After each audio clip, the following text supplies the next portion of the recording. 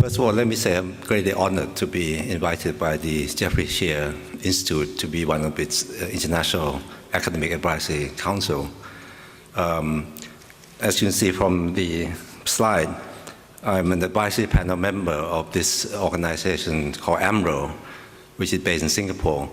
We had an advisory panel meeting yesterday, so I apologize that I could not attend the events of yesterday. What I will talk about is really on the stability part of the title of this particular session. So my talk will be on how to maintain economic stability under current environment of volatile capital flows.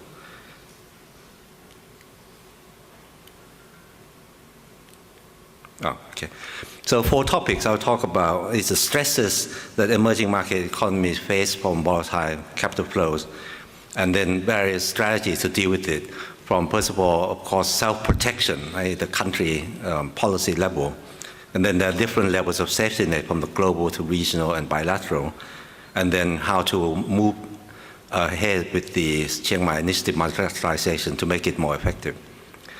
Now, over the last 2 decades, many East Asian emerging market economies face many periods of stress or even crisis from volatile short-term flows.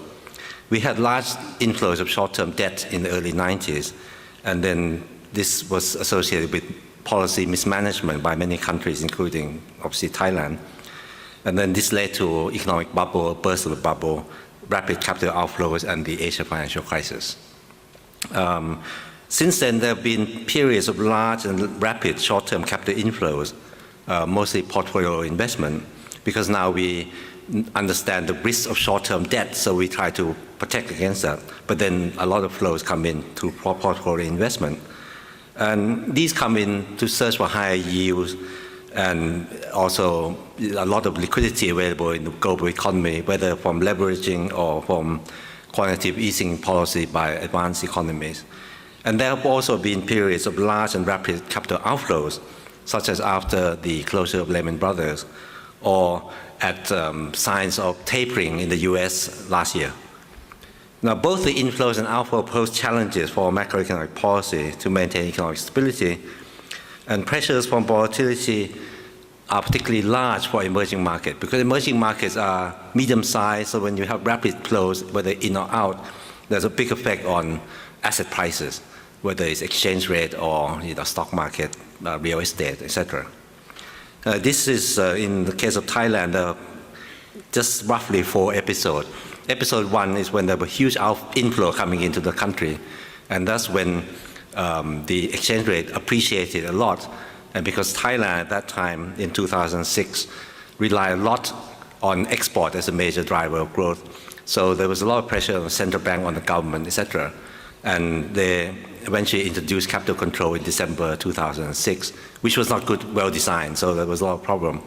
And then I became the finance minister in early 2007, so I went through that episode. Second episode is after Lehman Brothers closure. You see that there's outflow, so when the curve goes up, the exchange rate depreciates. Then third period is an extended period of quantitative easing in the West, particularly in the US, and that led to a lot of liquidity in the global market. Net inflows coming into emerging market economies, and exchange rate strengthened. Then last year, at sign of tapering in May 2013, then exchange rate depreciated, and many countries faced that stress. And here you can see the stress from the global financial crisis. You have the 2 curves that goes on the top. One is Korea, one is Indonesia, and you see when it goes up like that, it means currency depreciated a lot. So Korea and Indonesia face a lot of stress. The biggest stress was, of course, on Korea. And this is from the tapering last year. You can see that emerging market economies, some of them, not just in this region, here I include also Brazil, India, that also face a lot of depreciation and outflows. Other countries, including Thailand, Malaysia, had some depreciation, but because we have large reserves, we can manage it a little bit better. And this is part of the self-protection strategy. Now, when you have a lot of inflows for countries like Thailand, including Malaysia, that relies a lot on export, it creates a lot of problem. These can lead to rapid appreciation of the currency, and it leads to loss of competitiveness. So these inflow, because they're short-term, they also increase the country's short-term foreign exchange liability, because we know that they come in, they can go out again. So liability increases. And these inflows tend to be financed by short-term money market funding in the advanced economies. So when there are disruptions, like closure of layman, tapering, and so on, it can lead to massive outflow. So how to prevent these inflow and outflow from causing major disruption? When you have large inflow, in theory, you want to protect against the increased liability. So really, if possible, you should absorb them into reserves. I.e., when they come in, the central bank buys up the inflow, and so the liability goes up, but your asset also goes up. So you prepare for the outflow, and then you can use that asset. But this is not straightforward. It's true that it will keep the exchange rate from being affected too much by these volatile flows, but there are many constraints. First of all, when the central bank absorbs the inflow into reserves, then you increase liquidity of the local currency in the money market. So you need to carry out some sterilization policy by issuing, say, bonds to absorb back the increased liquidity. But because when you have more reserve, the question is, how much returns can you get from that reserve? The answer is very little, because you go and buy US government bond at very low interest rate, but domestic interest rates tend to be higher, so the central bank actually paying more to sterilize than what they can earn from reserves. So this means it leads to central bank loss in its balance sheet. And at the same time, if you don't absorb all the inflow, then you have currency appreciation. This leads to even more incentive for more inflows. So it's really very difficult for countries to manage. In the case of the Bank of Thailand, since the crisis, of course, when the currency depreciates so much, but since then it's been strengthening. What this means is that, and also you have inflow, they have to lose a lot of money from sterilization costs. What this means is that the balance sheet of the Bank of Thailand make a loss for at least 10, 15 years in a row. And this has a big problem in the case of Thailand, because we had to spend a lot of money to clean up the financial sector after the 97 crisis. Bonds were issued for that. It was agreed that the central bank will take care of the capital cost of the bond, and the government, through the Ministry of Finance, will pay the interest costs. And it was hoped that after a while, the capital amount would go down, because the Bank of Thailand should be making profit, and then that will be used to write down the capital cost. But unfortunately, because of the loss over many years, the capital amount has not been able to decline. So basically, every year, the government has to budget about 1.5 to 2 billion US dollar to pay for the interest cost. Until this government, the current government now acting, they in 2012 passed a law which said that they shift everything to the Bank of Thailand, including the interest burden. And they diverted some money from the Deposit Protection Agency to the Bank of Thailand to pay the interest costs. But this leads to loss of credibility of deposit protection, and also it will lead to eventually risk of basically monetization of this debt. Capital controls measure should also be considered. I don't have to say that here in Malaysia, because Malaysia used capital control measure successfully during the 1997-98 crisis. In the case of Thailand, the measure we introduced in December 2006 were terrible. It was just copying something that Chile was doing in the early 90s. And the market has changed completely since then. But it doesn't mean that because of that, capital control should be dismissed out of hand. It should be in the toolkit. Even the IMF now says that capital control should be in the toolkit. The only thing, caveat, is that when the IMF says that, it has a footnote which says, please only use as a last resort. Whereas for me, it's not necessarily a last resort. Why should it be last resort? Because you can use it, as needed. Now, as I said, countries need protection strategy, but there are many constraints. So therefore, we have to look at other levels of safety net. Particularly when you have outflows, it can lead to a situation of liquidity shortage for many countries. At the global level, we have the IMF, and now they have facilities which are designed to be able to handle this kind of thing, like the Flexible Credit Line, FCL, the Precautionary and Liquidity Line, PLL. FCL are those with very strong fundamental. Country with very strong fundamental can qualify. If countries have strong fundamental, then they can qualify for the PLL. However, demand has been very small. So far with the FCL, only 3 countries have really applied and got the FCL, Poland, Mexico, and Colombia. And only Morocco is the only country that have applied and qualified for PLL. Now, this very small demand for a facility which is meant to be a global facility is of course a major problem. And in January of this year, in a review of the FCL, PLL, and another thing called RFI, which is very small, in a policy paper, IMF staff admitted that IMF stigma is still a major issue for many emerging market economies, especially in East Asia and Latin America. The lack of demand for these facilities is, to quote, to a large extent, or to a large degree, this reflects the degree of political stigma related to fund engagement that prevents some members from seeking preemptive financial support. This is from the IMF policy paper. Also, some emerging market economies feeling vulnerable to heightened capital flow volatility, but unwilling to request fund arrangements, are seeking to expand regional financial arrangements and networks of bilateral swap arrangements.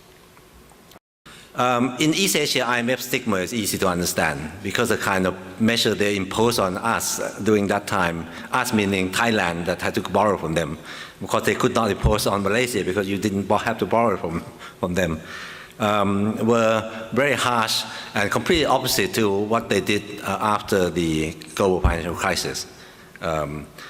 So basically, East Asian countries will try to avoid IMF attachment or IMF program, until it's really the last resort. At the regional level, what we have is so-called the CMIM, Chiang Mai Initiative Multilateralization, which now totals $240 billion of so-called self-managed reserve pooling. i.e. countries don't actually put real money into a pot, but the money stays with the central bank of the various countries, they still earn interest from it. But there's a commitment that if a country needs facility of CMIM, then the members of the ASEAN plus 3, including Hong Kong, will then put money into a pot according to their shares of contribution. So that's basically the agreement. And there's also an ASEAN plus 3 Macroeconomic Research Office, AMRO, which was set up in April 2011, which does regional surveillance and country surveillance. So yesterday, as advisory panel members, 6 of us met with AMRO office to go through their draft regional surveillance report, including surveillance report for each of the countries, the 13 countries plus Hong Kong. And we give them some comments, feedback, and then they can revise and then submit to the meeting of the ASEAN Plus deputies, which will happen at the beginning of April. The structure of AMRO is that you have contribution by countries or pledge. These are really pledge that they will contribute. Like in the case of Malaysia, Thailand, or the ASEAN 5 is 9.1 billion. But of course the plus 3, i.e. China, Japan, Korea, their contribution is much bigger. So China, including Hong Kong, is contributing the same as Japan, 76.8, and then Korea is half that. In fact, these contributions took a couple of years to finalize at that time, long time ago, because contribution leads to weight in the organization. When it comes to voting, for example, to agree to a lending program or not, then these weights becomes important. Therefore, in the end, China and Japan agreed that they will have equal because they couldn't agree who should be bigger. But one problem is that the CMIM is still linked to the IMF based on the percentage of a country's borrowing quota that is needed. So at the moment, if a country borrows more than 30% of its allowed quota, then it has to be under an IMF supervised program. And this may go up to 40 this year, but I think that it probably will not yet because there's still some constraints to be worked out. Now, the maturity of the swap, this is a swap between CMIM and the country, is 1 year for IMF linked portion with 2 possible renewal, and 6 months with 3 renewals for the IMF unlinked portion. And this is meant to be a kind of CMIM crisis resolution facility. Because it's never been used, so it's unclear how to operationalize it, how the link to the IMF will work, because IMF may have different criteria, you know, and so these things have to be worked out in the future.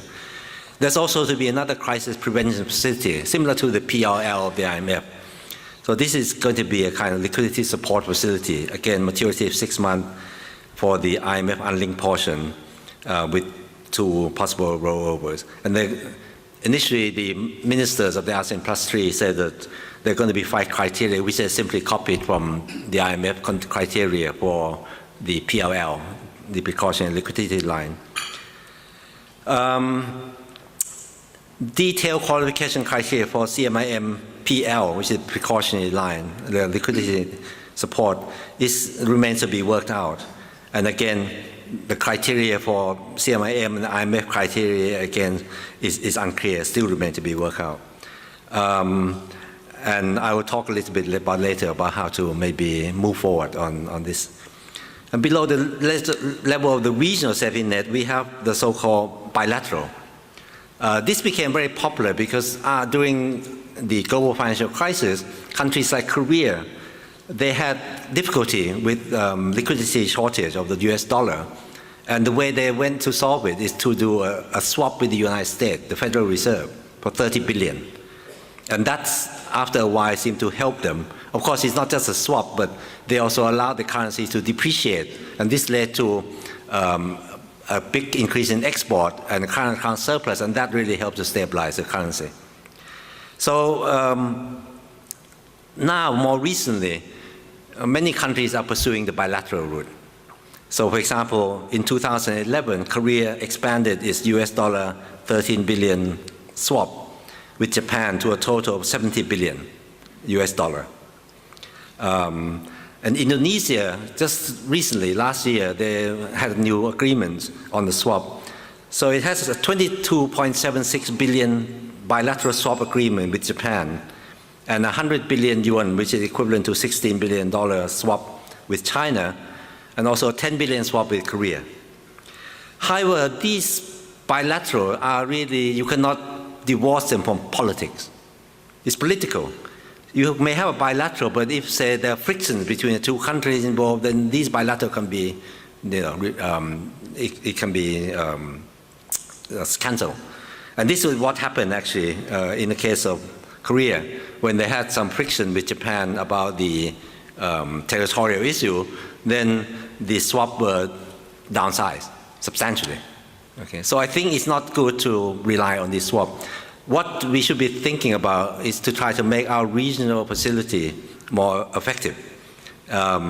Basically, in the case of East Asia, what you really need is a facility that need not be linked to the IMF immediately.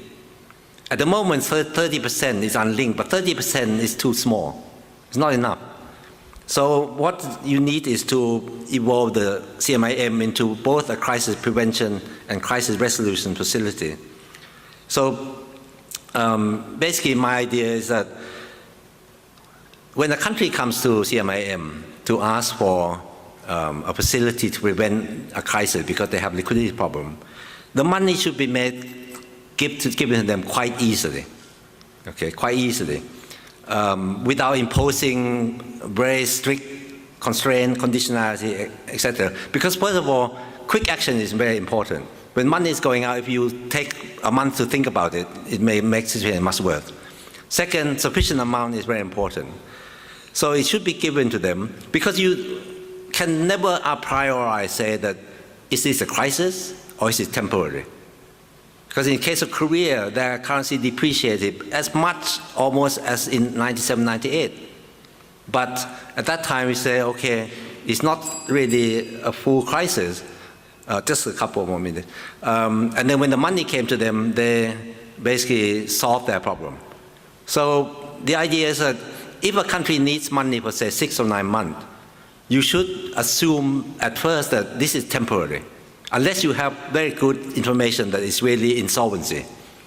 And then if after 6 or 9 months, the situation has not improved, then you can assume that it's really a crisis situation, and then you can bring in the IMF. Now, it may make people afraid that how can you give money away, do a swap without strong condition? Well, US did it with Korea. And we have actually an example of another regional fund in Latin America, which is called the Latin American Reserve Fund, or FLAR, which of course is much smaller. It's only $2 billion US dollar, but $2 billion in real money.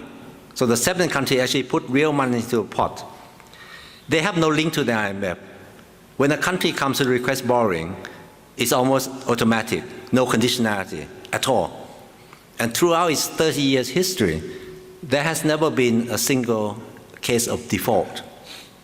Even though the country may default from international agencies like the World Bank, IMF, but it will make sure it does not default from its own regional facility. So this is like using the sense of ownership of the countries.